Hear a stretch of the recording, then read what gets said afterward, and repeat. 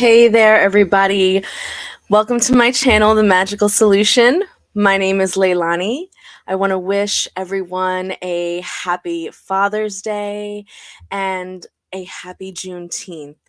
Tonight I have a very, very special guest that I'm really excited about. This person I've known for a really long time, and this person is amazing. Her name is Poet Gold.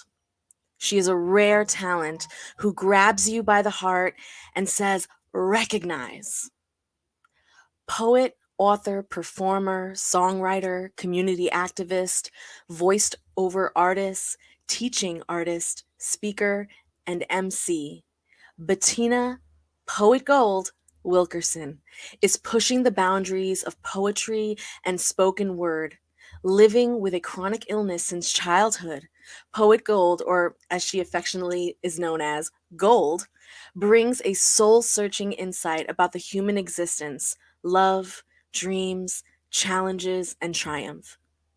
Appointed the 2017 and 2018 New York State Dutchess County Poet Laureate, Poet Gold is the recipient of numerous awards, which include the 2016 Dutchess County Executives Artist Award, the Dutchess County Athena Award honoree. With countless recitations, she has opened for Grammy-nominated artists and has spoken at renowned organizations such as the Omega Institute, Self-Employment in the Arts, and New York State Staff Curriculum Development Network, ELA Conference. As a teaching artist, Poet Gold has collaborated with institutions and nonprofits who support STEM education. She has worked with at-risk youth, with Youth and Promise, and has served organizations who utilize the arts to confront issues such as gun violence in their communities to social justice. Poet Gold's speaking engagements and non-traditional poetry workshops engage audiences in understanding the direct connection between literacy, elevating their voice, goal setting, and the achievement of their dreams. Presently, she is the co-host of the iHeart radio show and podcast, Finding Out with Pete and the Poet Gold, as well as creator and host for the online web series Leading with Activism, a collaboration with Arts Mid-Hudson. Poets Gold distinct voice and poetry can be heard in the American Heart Association New York City 2022 Go Red for Women campaign. Now look, her bio is as long as a book, and I could speak about Gold all day long, but there's no real true way to understand just how amazing this person is unless you see exactly what she does. So let's do that. Come on, y'all. I want it from your spirit, your soul. The drum beats a rhythm that tells my heart. The drum beats a rhythm that tells my heart. The drum beats a rhythm that tells my heart.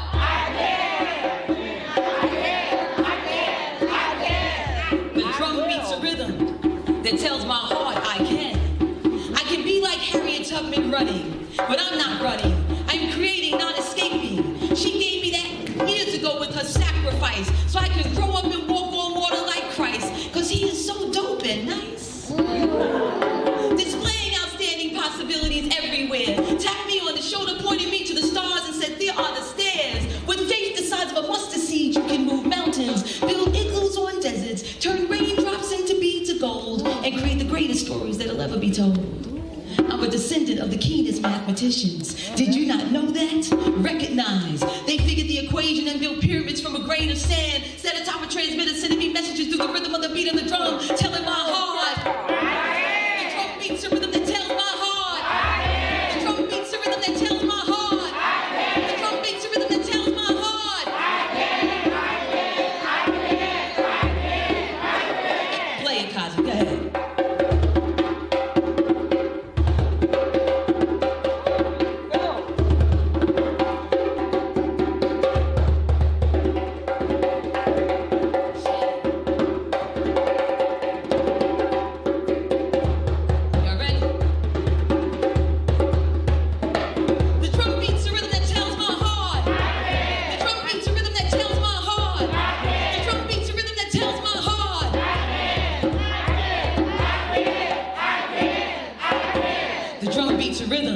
that tells our hearts we can.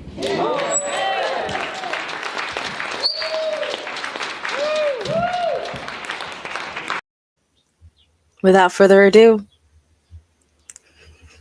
hey. How are you? Oh my God, it's been so long. Yes, it has. Yes, it has. You know, and it's funny. I haven't seen that video in some. Rather, I haven't performed that piece in some time. So I was just sitting here, just reminiscing. You know, on that Oh body of work. So man. thank you so much for playing that. You had that Obama fire. I can, you know what I mean? Absolutely, absolutely. I mean, because we're talking about Black arts and the drum. Um, for me, from a musicality perspective, because there's visual arts as well, really holds all that spirit Yes. in it. It For our does. people, not only was it meant, for entertainment, but it really in Africa had that spiritual component to it. It was, not so much about the movement; it's the spirits that you can call forward with it, and so that piece sort of gives homage to that. The drum beats from that tells my heart I can. Yes. That's our ancestors saying, I can, we can, we can. We can. So, Yeah. the drum. It's true. You're right. I learned a lesson that with regards to the drum, Mm-hmm. that it's not only a spirit, but the players who play it have to be trained. Like there's Right. sort of this element of passing this ancestral knowledge down, and being a drummer is a very important role in the community because Absolutely. you're conjuring up that spirit for the community, the spirit of the drum. Mm-hmm. And then the dancers or the singers or whoever is performing to that drum, there's like this interplay, this dance that happens between the performer and the drummer, and it's Absolutely. beautiful. It's like a conjuring of the spirits and the play that happens in that space. Right. That was I think a performance at the Howland Cultural Center in Beacon, celebrating African History Month, if I'm correct. Yeah. Gold, Yes, dear. you have an amazing story to tell. First of all, am I allowed to ask your age? Can I ask your age? Because every single time you tell me, I get blown away because you're gorgeous. Well, what I basically do is say to people, I'm a day older than yesterday, and a day younger than tomorrow. Yes. I'm gonna leave it at that. That's it. Listen, she's been around. She's been around, and your story is pretty phenomenal. So when I read your bio, it says that you grew up with an illness that Yes. you're still dealing with till this day. Absolutely. I have Can you mobility. elaborate on that? I mean, is it comfortable for you to elaborate on No, that? I'm good. I'm whole with it. I lived with a chronic illness as a child. I was born with seronegative JRA, juvenile rheumatoid arthritis. Also have Sjogren's syndrome, and basically it's given me a lot of mobility issues. Well, not a lot, but it's given me mobility issues. Put it that way. You don't know from one day to the next what the next day is going to be like, and Wow. and so there was definitely a a very rough patch in my life where I had to get a number of surgeries done. It just seemed like one surgery just ran into the other, particularly in my 20s. Usually in your 20s, people begin to start living. But I woke up one day and had lost my ability to walk. My ability to speak my jaws were locked. My arms were turned up like this. And so it was about, for the next 20 years, basically recovery. I had space in between, windows in between, and really a wonderful group of doctors. Some I still have to this day, that help me cope and function and give and live a completely full life, in spite of it. And so yeah, I've had a number of surgeries. I've had 13 surgeries, most of them related to bone issues or dealing with your immune system. Your immune system can cause me havoc. My immune system can cause me havoc, and it attacks my body. And so I call it my little Pac-Man. But I still get work done. Yes, and I meant to ask you that. Where throughout all of that time, through the pain, through the suffering, through the surgeries, through even the social, I'm sure the social hindrances that occurred during those years, how did your spirit handle that, and where did the poetry come in into the picture?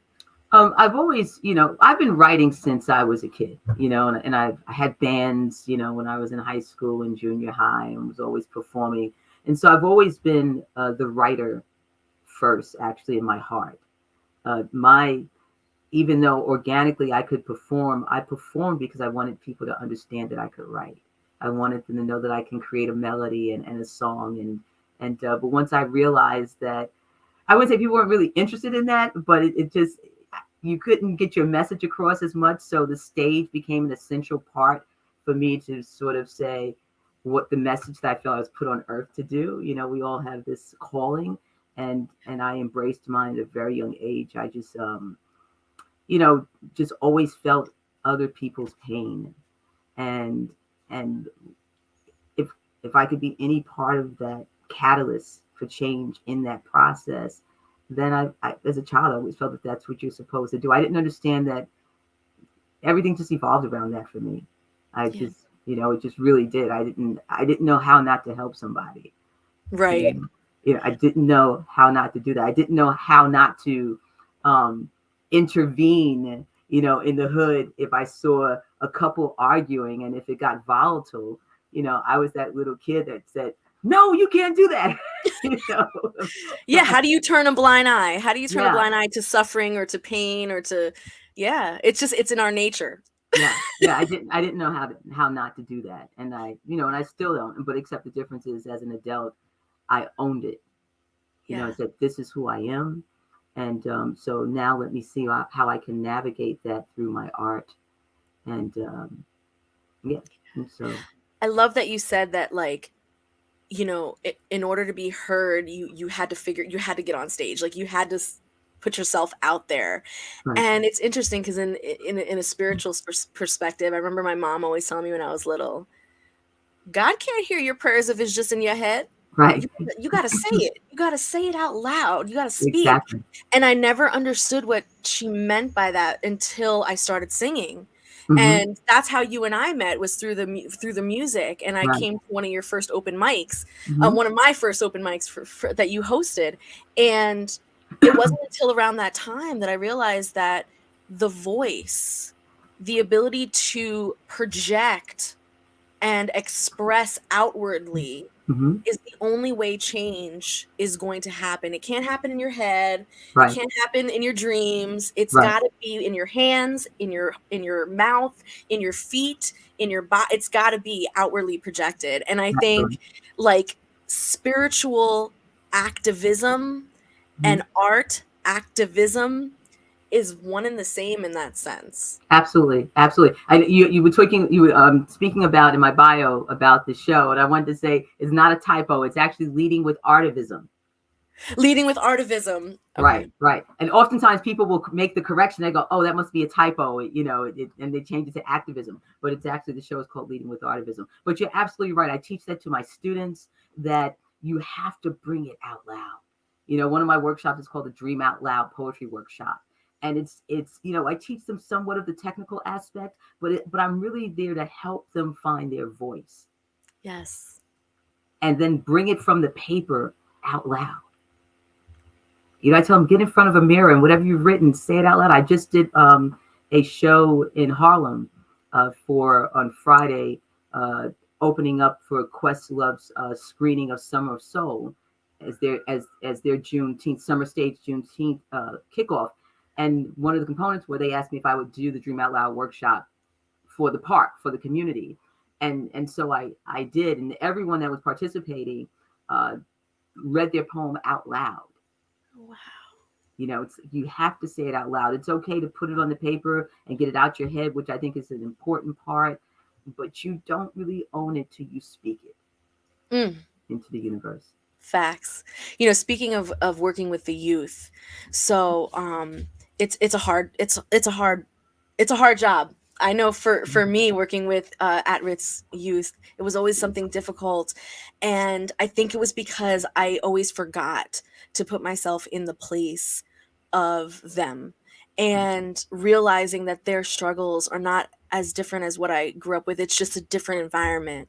Mhm. You working as working these workshops and working with the youth, have you found any parallels in your growing up and in your youth that you're able to bring to the table with regards to art? Absolutely. Just dealing with pain, or dealing with trauma. It's all relative, but trauma is trauma. Pain is Trauma pain. is trauma. Right. You may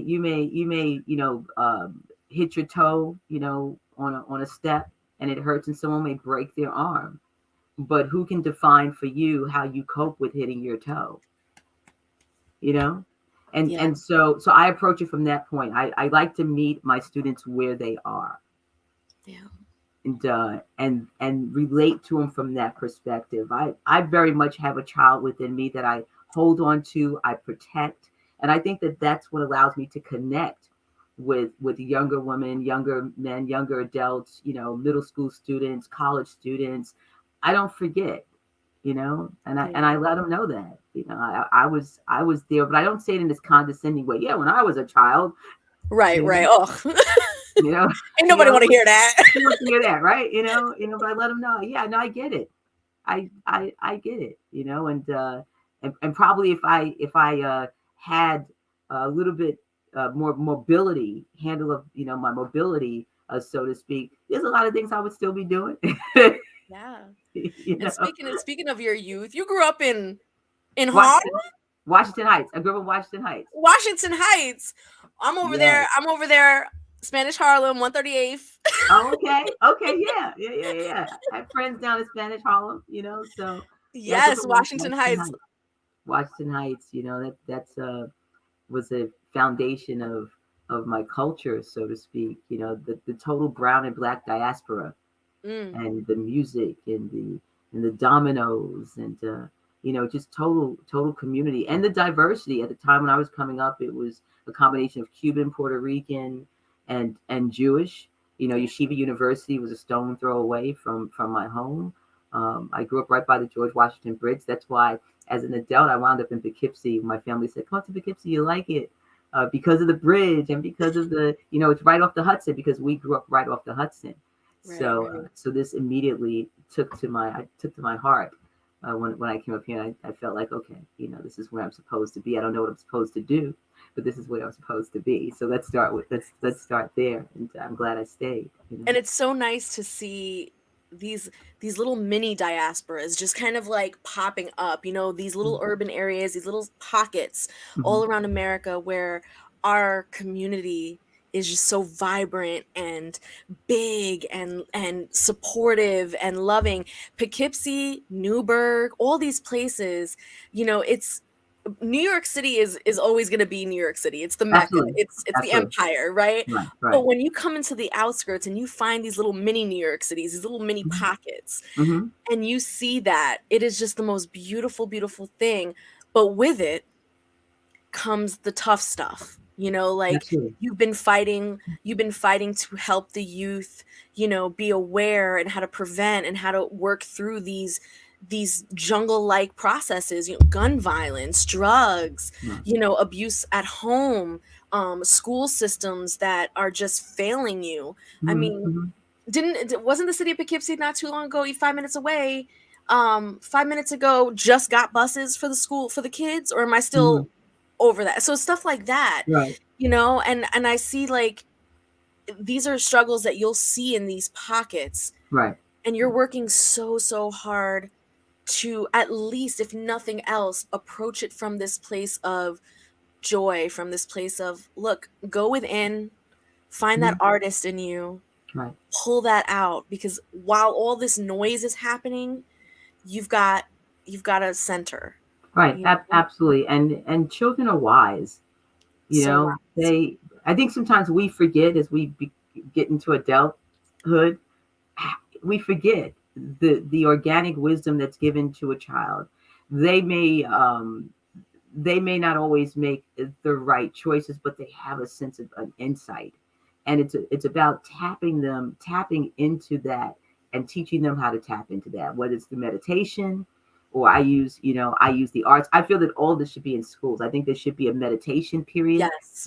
For students from day one, when they come into school, from day one, grade one. Meditation is like prayer, so to speak. Give them time to meditate, to get that center. You probably wouldn't have as many children on medication if you taught them how to meditate. So I use the arts from that form. I'm with a great nonprofit out in Staten Island called Sundog Theater. And Sundog Theater, I think, has about, I don't want to misquote, but I think they have like 40 different types of programs in like 70 schools throughout New York City. And I was tapped to join them for their anti-gun violence initiative called the Soundtrack of Life. And it's also teaching conflict resolution through the arts. And it's really an impactful program that I'm hoping to bring up here to Poughkeepsie, into the schools. I've met with the superintendent, had a wonderful conversation with him. So we're just trying to move it forward and see if we can get this program into the schools, because I see it makes a difference. Yes. with students, to give them an opportunity to speak about what violence is for them. What does that look like? Because my belief has always been that the gun is the last thing. It's the last thing, and even as adults, someone may have experienced so many different forms of violence that's just been stuffed and stuffed and stuffed. And finally, they just get to the gun as the explosion. But they've had many little implosions in between that if it had some type of intervention, may have prevented that person from getting to the gun. But you have to give them an opportunity to speak about it honestly, not from a lecture standpoint, but a real conversation and some type of mechanism to give them the tools along the way where they have their own self-discovery. I had a student, beautiful, and it's wonderful to watch this transformation over 20 weeks, who started with, "I'm a bully," proudly owned it. Little girl, "Yeah, I'm a bully. I'm one of those teachers. I'm a bully." And I'm like, "Yeah," I'm like, "That's cool. I appreciate you for owning it. That's great. Like, what do you think a bully is? Let's talk about that. We're going to write some poems, and maybe, do you feel that bully is a part of harm? Are you helping people when you're bullying people? I mean, I don't know. You tell me, because Right. you're the bully, so you're the expert. I'm not the bully, so I'm not the expert on that, but you tell me. Let's discover why you want to be the bully, and whether or not if you really feel good about it when you bully that person and you see that they're hurt. Let's discover that in this workshop along the way. And when you have some ideas about it, hit me up and let me know. But it's not, well, you shouldn't be the bully because da da da da da. Let them discover in the process of why they don't want to do that. Let them discover that it doesn't serve their spirit well to be that. And they will discover it if you give them the roadway and the path to do that. Exactly. And by the end of the 20 weeks, I was like, "So how you feel about that bullying thing?" It's like, "Nah, I don't want to be that anymore. That's not, That's the way. And for you, you got to start somewhere with these kids. And I think what's so awesome about you and the work that you've done is you can relate. You've grown up in, and when you can relate and when you can show, look, this is how I've done it, or this is where I grew up, there's trust that's starting to get built right from the ground up. As a matter of fact, you have a poem that talks about it. Can we show them? Yeah, sure. Right ahead. Yeah. Let's do it. Oh, yes. I grew up with the clack of dominoes landing on makeshift tabletops that sat upon milk crates. Bodegas filled with the sweet smell of white cheese and salchichon. That is a child I call chachichon. Who knew? A 50 cents piece, please. The corner icy man shouting, "Piragua, Piragua!" Yeshiva University in Yamaka's. This was my neighborhood, and I loved it. I loved it just because I knew I belonged to something greater than myself. I was living amongst historical giants like George Washington and Malcolm X, whose lives were resurrected from the concrete beneath my feet. Buildings and bridges were built to honor their names. So as I stood next to the 4 tall buildings that seemed to touch the sky, I imagined I could leap them in a single bound because my mind was never bound, that they would be the bridge to connect me to the rainbow. And I would grow up and share stories of these days.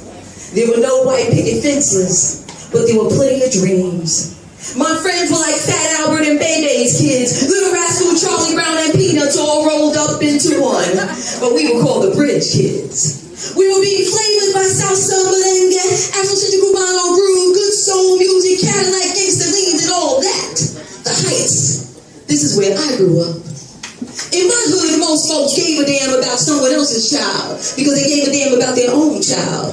The word village was more than a 7-letter word or a catchphrase. And poor meant that you were born rich, with a sense of ethics. We were strong back then, built with courage, because fist fights never turned into gunfights or turned into pack fights viewed on YouTube Saturday nights. We were never somebody else's fool, and our assets were not. We're our asset. We were taught it was where our mindset, amongst Art Deco buildings with a view. This was the neighborhood where I grew, between 2 currents, the East River and the Hudson. My thoughts flowed like a stream into an ocean. Entrepreneurs I was influenced by. Drug dealers kept the street clean, the robbers, rapists, and thugs. I'm gonna say that one more time. Drug dealers kept the street clean, the robbers, rapists, and thugs. Cops made deals to catch kingpins, and I became a little hustler. My product, my imagination. I grew up to become a distributor of dreams because I hung out with the fathers at the number hole where the library and church all resided on the same block. So you could learn math, read, and then pray that your numbers hit. This is where I grew up, my experience, my life. And Mugabe Kennedy can say, Yama, Washington Heights. Yeah.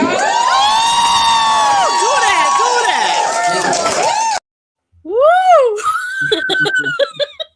Woo! I love that so much. I think the for me, the takeaway with that, because there were so many pieces that I was like, yes! But the takeaway was the community. Mm-hmm. It was the community, like, for real, like, growing up in those spaces, you were raised by the community. The hood raised you, the community raised you. You didn't, and this idea of black, white, this, that, no. You had your black grandma over here telling you stories about her adventures in Ghana. You had your Cuban neighbor over here who always brought up rice and beans when your mama wasn't home. You had you know what I mean? Like, you just, everyone took care of everyone. And I feel like, and like you said in the poem too, even the drug dealers, they were doing their job to make sure, this person could make it to work the next day and this person's pain was whatever, but they also kept the streets clean of the predators, the ones who were doing the most damage. And this is something that I feel is just not understood by people outside of the community, because when you hear things like, oh, black on black crime is a bigger issue than white on black crime, or oh, the majority of prisoners are this, that tells you something.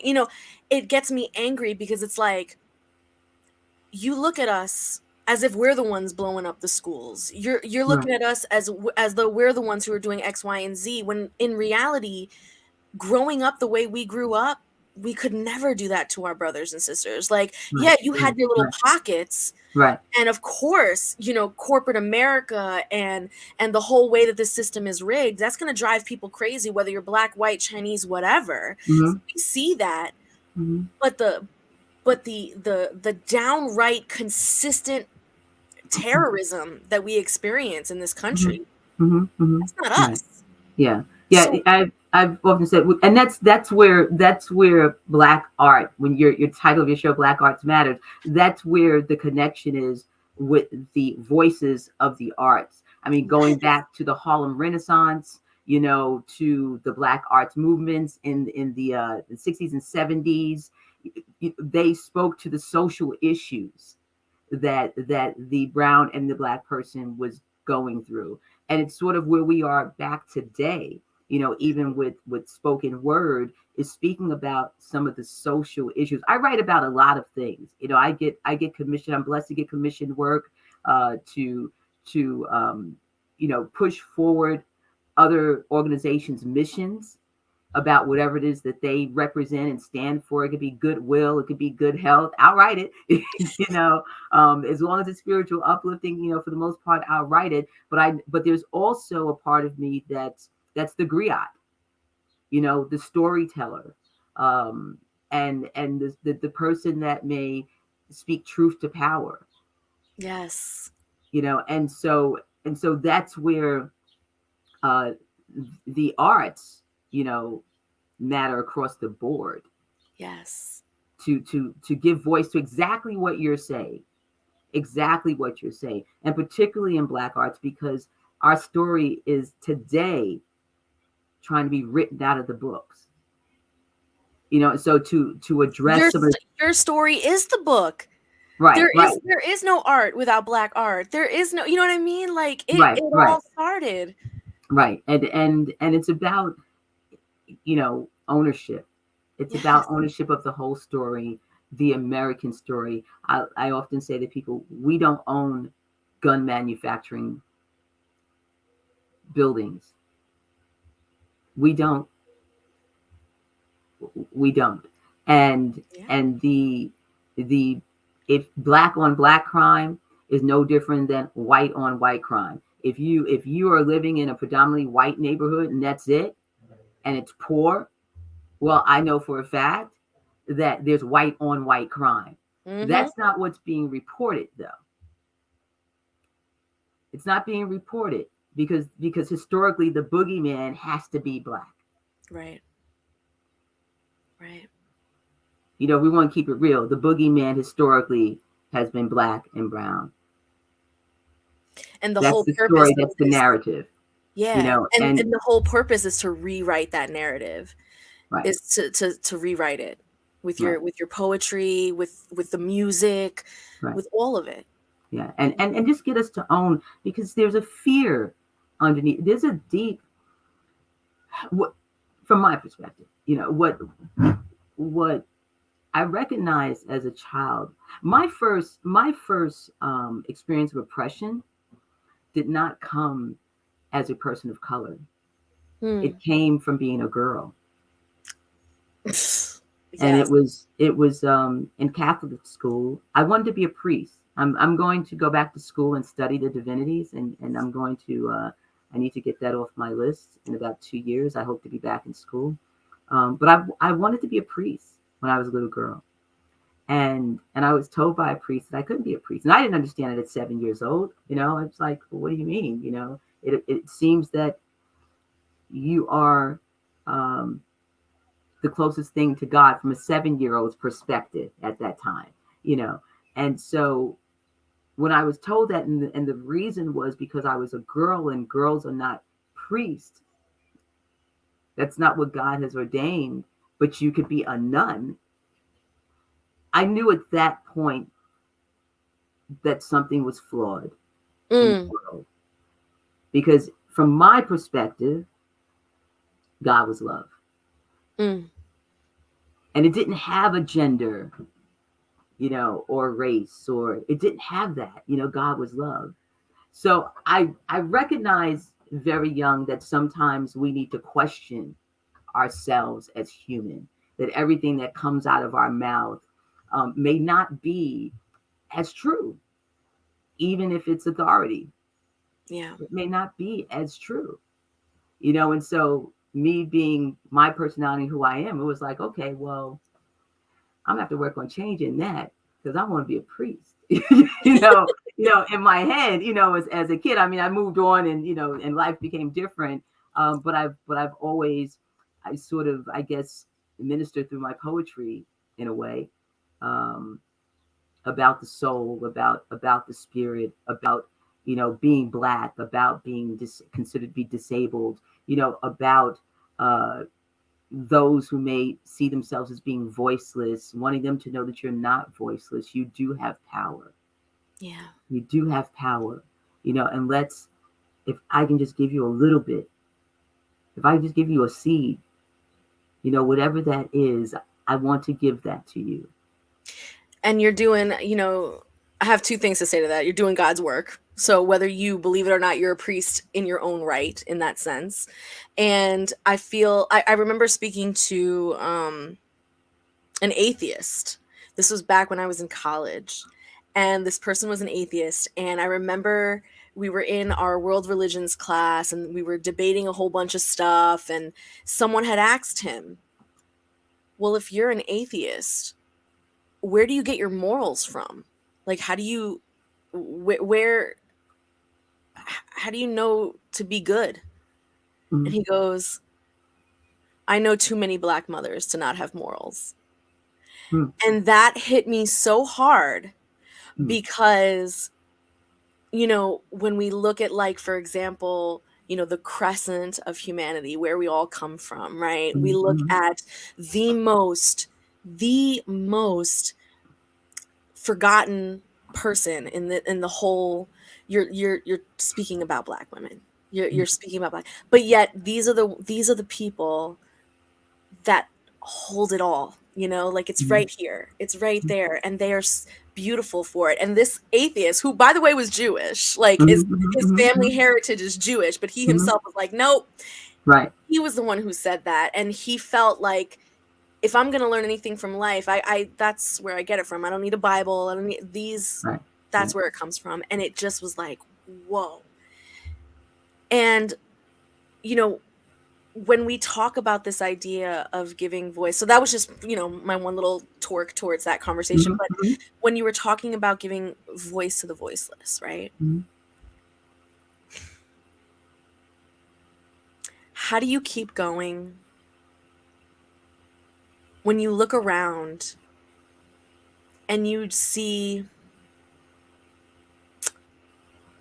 people taking the voice away? You know what I mean? Like, we have so many Breonna Taylors, we have so many Mikes, we have so many whose voice never got a chance to be heard. Right. We have, the last words of I Can't Breathe. That's the last piece that we hear before it gets taken away. Right. How do you keep going? Where does the spirit go from there? How does art help the community when the light just keeps getting snuffed out? Well, I think that's what, can I read a piece for you? Of course. So this is a piece called The Artivist that I think speaks to what I believe.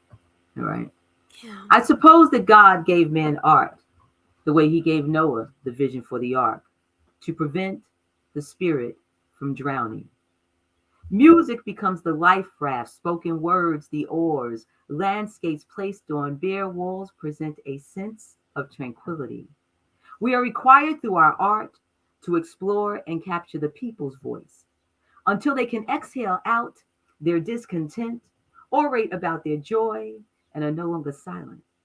Until they have reached their human capacity, the innovator, the hopeful, the dreamer.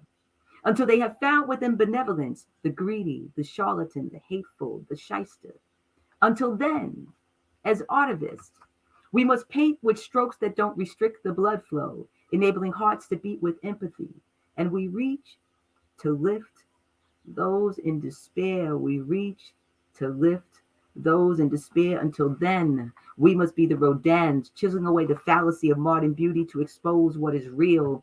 We must be the Catherine Dunhams of dance, leaping through the social constructs of racism that destruct our construct to build through harmonious movements. Until then, we must be poets with expanded lungs filled with oxygen to share words that breathe life and human discourse. Until then, we are artists with raised fists in the air, without trepidation or trembling limbs. We ford on triumphant through howling winds, carried by cherubs, because heaven is near. And when it stops, this breath we breathe, our stories will surpass and forever be told through scribe, rhymes, photos, murals, and prose. Cities will crumble, rise and again fall, and we will have noted it all. We will have noted it all. We are required through our art to explore and capture the people's voice until they can exhale out their discontent, orate about their joy, and are no longer silent, because we are the artivists.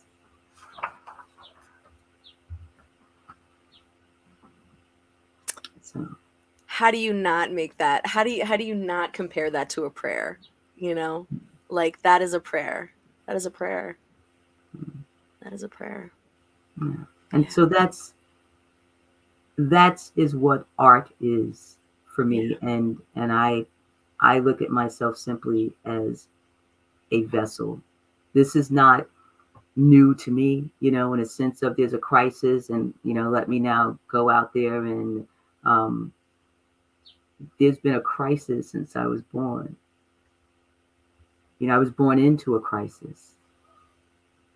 And I recognized that very young. I was born into, like all of us, into a world of joy and a world of pain.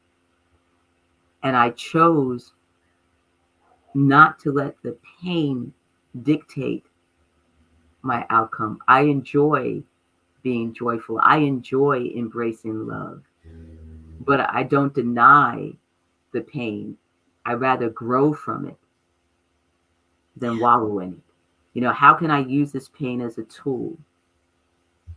How can I learn from someone else's pain? I don't necessarily have to, repeat it. Your mom used to say, don't touch the stove or don't touch the fire, you'll get burnt.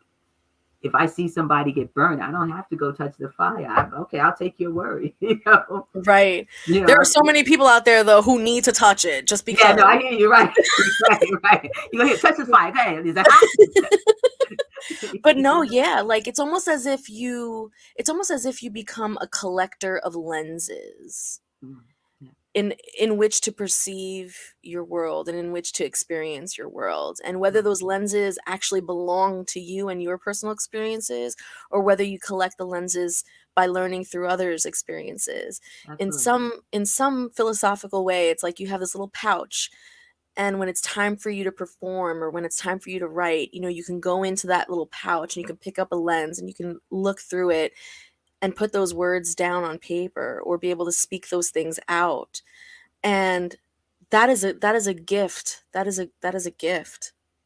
You're beyond what I can think of. Like I can't compare it to anything else because I'm not a poet, I'm not a songwriter, but when I see it, you can identify that when it's there, Right. and in this world and in this situation, like you said, crisis is always here. It's never going to stop. Like it's one of those things where it's like we just kind of have to keep going. Right. And I think Right. what you're doing is you're giving people a method. You're paving a way to show like we can keep going, and we can do so in joy. Absolutely. And we can do so and still remember the pain and still remember the hurt and still remember the names. But we can move forward from that. And I think that helps people be a little bit kinder. We're afraid to. I was speaking with someone the other day, and we were talking about vulnerability. Vulnerability in relationships, vulnerability in friendships, vulnerability with the self. And the arts allow you to be vulnerable. Yes. The arts allow you.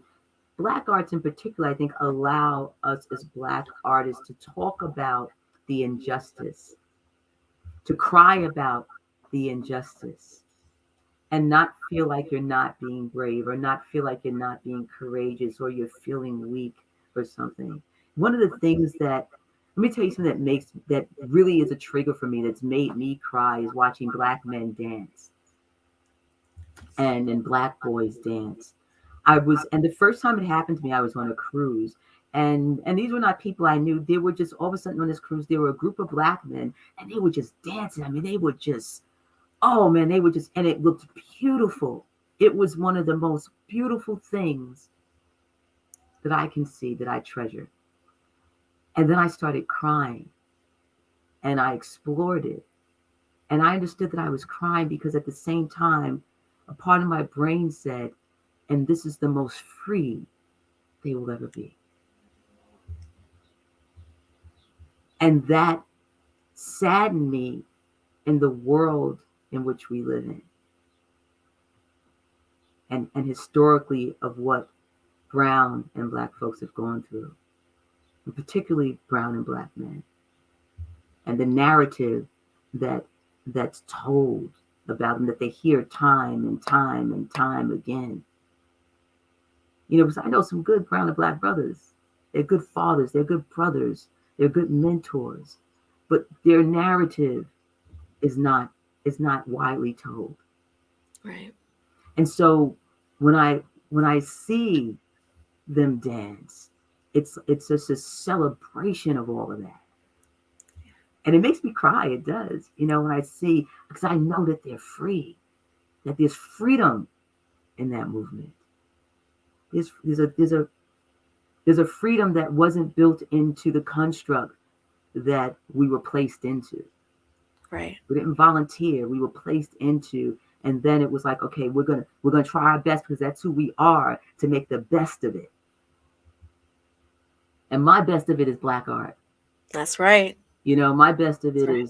is speaking to this in a way, putting some sugar in it, you know, for my brothers and sisters, you know, to be able to say, no, let's look at this and let's look at this together and let's have a conversation. This is not about shaming you. You know, this is not about galvanizing people and historically doing what your ancestors did to us to repeat that now. That wouldn't make any sense. So this fear is unrealistic. Right. You know, this fear is not, it's a projection of what, you know, you're not too far from.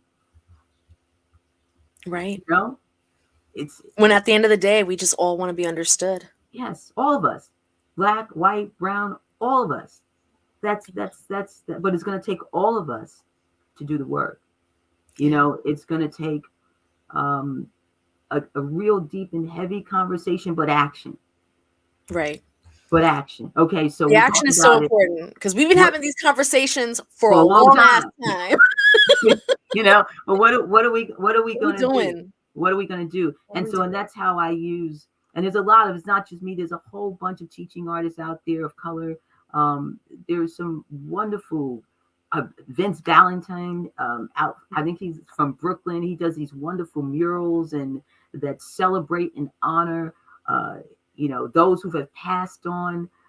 It's just, you know, those who are living. I mean, he does tremendous work. In our own community, we got Boogie and Rez, who, you know, honor hip hop and you know, the colorfulness of our culture. I mean, there's just so many artists out there that are just really, that I've worked with, that I've been in company with, that are just doing magnificent work in trying to be that catalyst of change in our world, you know, in our world. And I just tell artists, listen, you know, just try to change a block. That's it. Change a block. Tap somebody that's in a block and let that person be the change maker. Yeah. Change it one block at a time. One block at a time. One block at a time, you know, and let's get the community back. If the politicians don't see value in that, then let's figure out how to circumvent that. That's it. If they're building jails in your community and things that are not going to serve your community, let's figure out how to circumvent that. And trust me, from a political agenda, they'll come to the party afterwards because it'll make them feel good. It'll make them look good. It'll get them more votes in the end. You know, people, you know, sometimes do that. And that's okay. And I understand that. And that's all right. But let's make the change. Yeah. I love it. You know, let's find the person who owns the lumber shop and let's build our school. Yeah. Let's go outside if we have to go outside the community. If someone's not giving you money here, then let's find it someplace else and let's make the change. Yeah. You know, it's funny because, you know, from a spiritual perspective, right? You always get these people, these arguments that like, oh, well, I have to do charity under the name of this particular church or under the name of this particular, you know, movement or group. And what you're saying as an artivist is, what is your definition of love? What do you see as love? For you, it's poetry, it's art, it's music. That's an expression of love to you. Mm-hmm. That's the charity. That's the spiritual work. That's what it is that you do. And I think like people don't understand that it doesn't have to be all fancy robes and fancy titles to do the work that is meant to be done to elevate the spirits of our community. Right. It's about finding what you define as love and then giving it away, Right. and doing the thing. Acting on that. And that's, my project, Say Their Names, that's what that speaks to. Say Their Names, for me, after George Floyd's murder, I was processing. And like the rest of America, or the rest of America who, how can I say this, who had some sense of kindness and empathy in them. That group of America. We were all processing. And I didn't want to create a body of work that was angry. I wanted to create a body of work that spoke the truth and said, we need some healing, and that starts inside, not outside. And my friend Sabrina was going through the same process. And she created this 9-foot puppet called Themis, which is the Greek goddess of justice, and which it typically is a woman historically, but she made it into a white male to show who was holding the power of these decisions in our country. Yeah. And so we created this work from this poem that I wrote called Say Their Names, that I turned it into what I call a poelity. And here we go. Here we go. At the memorial, they gather to honor, remember, and reflect. Almost as if I were touching him, or touching Emmett himself. One mother finds solace after years of sorrow.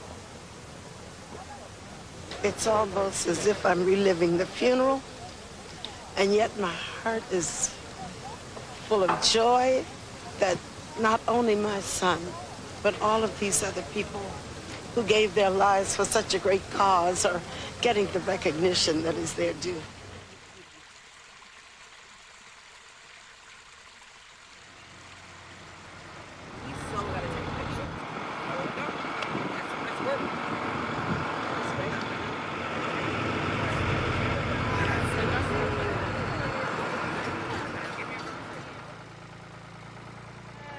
That's the best part. And the apple cider. Oh, yeah.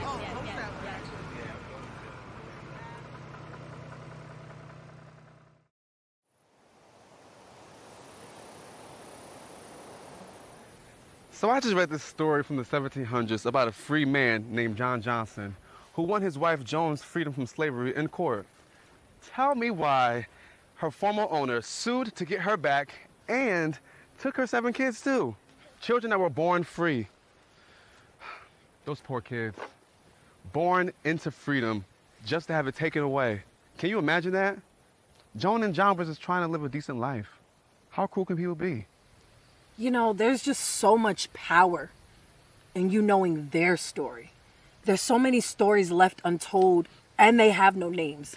It's almost like they didn't even exist, like ghosts. This farm that we're on right now feels like the farm they could have actually lived on. Say their names. Say their names. Say their names. Say their names. I'm gonna cry their names. Cry their names. Shout their names. Say their names.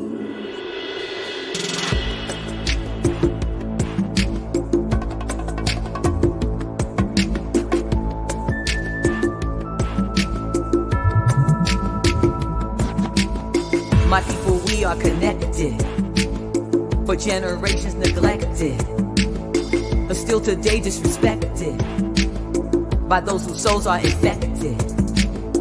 No need to ask me why. Brown, black, and poor got to die for some to open their eyes. Is your Christian alive? Say their name. Say their name. Say their name. Say their name. I'm gonna cry their names. Cry their names. Shout their names. Say their names. I want America beautiful. Walk on a land that is fruitful. Not the lies that I'm used to. The 40 acres and a mule overdue. The evolution is televised to try to make us a little wise.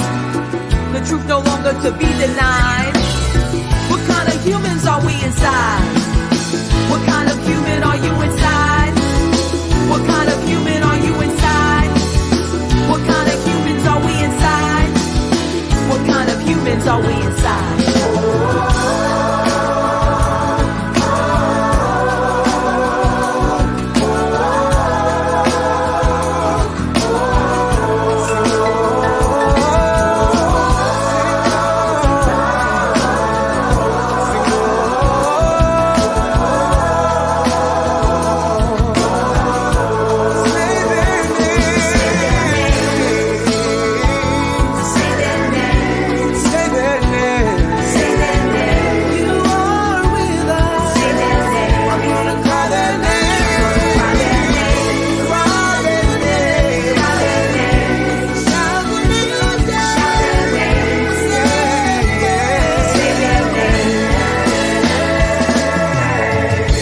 America beautiful. Walk on a land that is fruitful. Not the lies that I'm used to. 40 acres and a mule overdue. The evolution is televised to try to make us a little wise. The truth no longer to be denied. What kind of humans are we inside? What kind of human are you inside? What kind of human are you inside? What kind of humans are we inside? What kind of humans are we inside? What kind of humans are we inside? What kind of human are you inside? What kind of human are you inside? What kind of humans are we inside?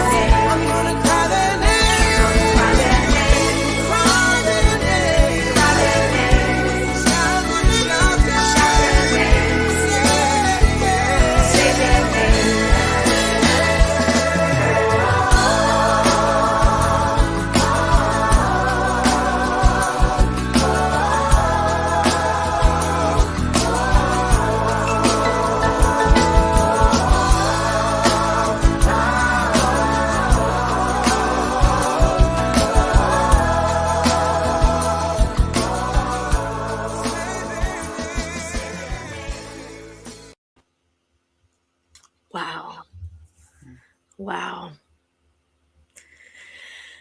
Gold, honestly, there's nothing more to say after that other than where can people reach you? How can people find you? What kind of workshops are you doing locally so that people can come? Because people need to know. People need to be able to get close to you. It's important. Well, I'll be at the Falcon tomorrow. I have a list here. I'll be at the Falcon tomorrow in Marlboro, New York, tomorrow night. They're celebrating their Juneteenth event. And so it's going to be very nice. It's predominantly gospel music. And I think there's going to be a comedian there as well by the name of Miss Jones. She's going to be there. But I open up the program at 7 o'clock. And we'll be showing this video, and I'll also be sharing another piece with that. And the Falcon is great food. It's great company, and it's all done by donation. So you give what you can when you come. There's a box at the door that says "Donate to the artist." They have a great philosophy that all the money they collect go to the different artists that are performing in the evening, and the food goes to them. So I'll be doing that. But then I have another program, rather two other things happening before I go away. One is Peekskill Theater in the Exile, a project called the Rebirth Project. That is I don't even know what to call it, a program that's going to speak around deforestation and the earth rebirthing itself. And so I've written poetry, and another poet by the name of Mara Mills, who is also the director. The play includes my poems and her poems, and there's a wonderful dancer by the name of Maddie, who takes the lead dance role as well. So, and that's going to be happening. The opening is next Saturday and Sunday. And on Sunday, after that show, I go to Beacon, and we're doing a silent procession at 7 p.m. in Beacon to honor the lives of those who have been taken by police brutality and or racism and gun violence. And we're starting at, I think, Chestnut Street, Main Street and Chestnut Avenue on Beacon, and we're walking down silent procession with the 9-foot puppet Themis, with 9-foot Themis. And then when we get to Poe Hill Park, which is at the base of Main Street, then we'll do the performance. The choir will be there, Sounds of Heritage. They will be there, and we'll do a live performance of Say Their Names as well. And so that's what's going on in the area. But be the lookout for a film that's coming out next year by a wonderful director by the name of Carol Bash, who had one of her programs. She's an award-winning director, and she invited me and another poet, Braf Maddock, to play the voiceover for Blueprint for My People, which is her next film that's coming out next year. And so the voices that you hear in that particular film will be mine and Braf. So really excited about that. But I'll be working on a current project called Apple Pie. Like another film like this one? Like this one, yeah. Called Apple Pie, that I'm putting out based upon a poem that I'm in the midst of finishing, called Apple Pie, that speaks to the gun violence in America. And, so because the gun has become the metaphor for the apple pie now. You ain't kidding. Goldo, it's such an honor to know you. I'm honestly, like, for real, I am so glad I was able, even just for a moment, to kind of be in your sphere, to get close to you and to know who you are. And I'm honored that you said yes to coming onto my show, because if I were to think of anyone that I know personally who is doing great things, I can't think of anyone else but you. And I don't know, I appreciate you so much. So thank you. Thank you for inviting me to. I would not say no to you. I mean, you're such a wonderful talent. I fell in love with your voice on the first note. You just have such a gift with your voice, and I'm glad that you came through that open mic. Maybe a decade ago, whenever it was. I was terrified, and your community was so welcoming, and it helped. No. So don't ever stop singing, even if it's in the bathroom. You have such a beautiful voice, and give my love to your family as well. Thank you, Gold. And to all of you guys who joined us tonight, I want to give a huge shout out to Steven, to Joy, to Tyrone, Najee, Marion, and all the other people who came out tonight, and all the people who will be watching us on a replay. Thank you so much. Happy Father's Day. Happy Juneteenth. And most importantly, this is how we grow. Can I say one last thing before we say goodbye? One last thing, I'm sorry. What I meant to say is definitely go to poetgold.com, or at least go to Bandcamp. The link will be in the comments, and download, if you can, please, this track, Say Their Names, because the money from the downloads goes towards me bringing an anti-violence program up to the Hudson Valley. And I'll be very frank, there's a $15,000 price tag with it. And I'm raising the money through my art, through the work that I do, so that I can do the work that I do in this community. I'm actually going to train 2 teaching artists, and that's for them to do. Oh, then yes, it needs to get done, guys. I put the link in the comments as well as poetgold.com in the comments. Please, please, please. I appreciate you guys. Thank you. Thank you guys so much. Have a beautiful Sunday.